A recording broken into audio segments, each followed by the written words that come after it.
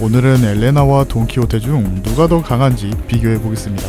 오늘 평가해볼 것은 단일 무력, 세력, 정신력으로 세 가지를 비교해보겠습니다.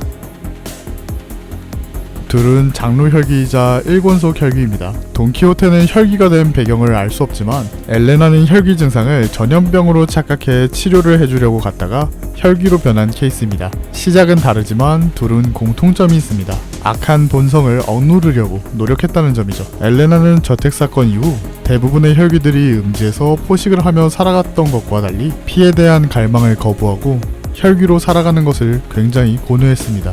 이 견뎌낸 기간이 단기간이 아닌 꽤 긴 기간인지 돈키호테가 꿈을 꾸기 시작해 인간편에 선 혈기 전쟁 시점에서도 엘레나는 전혀 언급되지 않았으며 혈기 내에서도 그닥 영향력이 없는 것으로 보입니다. 돈키호테는 그래도 흡혈을 꽤 하고 다니는 편이었지만 그래도 필요한 만큼은 했던 것으로 보입니다.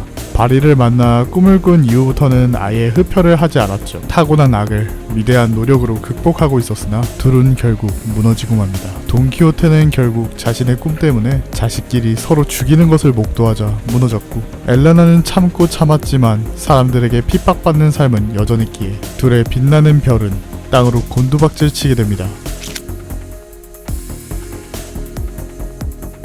이쪽은 돈키호테가 훨씬 강한 편입니다. 결국 타고난 본성을 이겨내지 못한 엘레나는 둥지를 포함한 될 수 있는 모든 인간들을 잡아먹고 포식하게 됩니다. 그 수많은 사람들을 잡아먹고도 엘레나는 전혀 만족하지 않았죠. 반면 돈키호테는 달랐습니다. 충분히 자신의 아이를 분쇄하고 피를 탐할 수 있었으나 자신과 같은 꿈을 꾸는 딸을 차마 죽이지 못하고 스스로 삶을 마감했죠. 돈키호테는 꿈과 가족이라는 방향성이 있었기에 조금 더 수월하게 버틴 게 아닌가 싶습니다. 세력 역시 돈키호테 쪽이 매우 우세합니다. 엘레나는 권속을 만들지 않았고 보유한 것은 피주머니들 뿐이었습니다. 다만 엘레나의 혈기 능력이 꽤나 강력하기에 토머리 같은 것과 더한 것을 만들어낼 수도 있어 보이나 돈키호테 가문이 혈기 전쟁에 참여하자 전쟁이 종결나버린 위상을 보면 돈키호테뿐만 아니라 가문 자체가 웬만한 혈기 가문보다는 매우 강력한 것을 알 수 있습니다. 이로써 돈키호테의 세력이 좀 더 강력하다고 볼 수 있겠죠.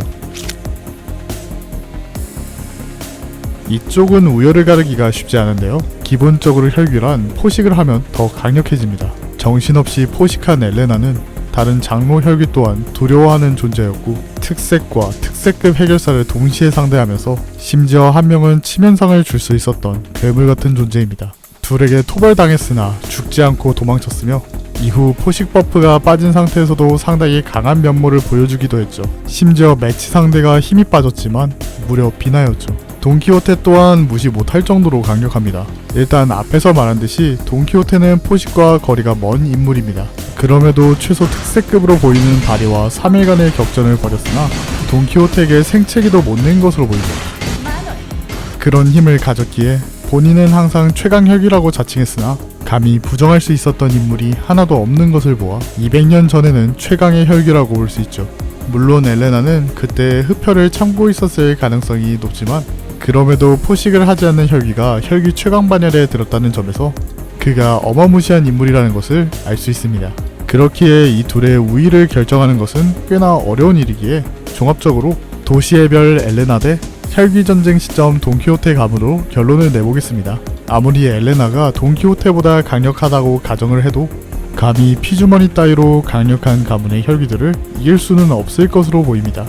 도시에서는 역시 혈연, 학연, 지연이 최고인 것 같습니다. 혼자는 살 수 없는 잔인한 도시로군요. 오늘은 여기까지.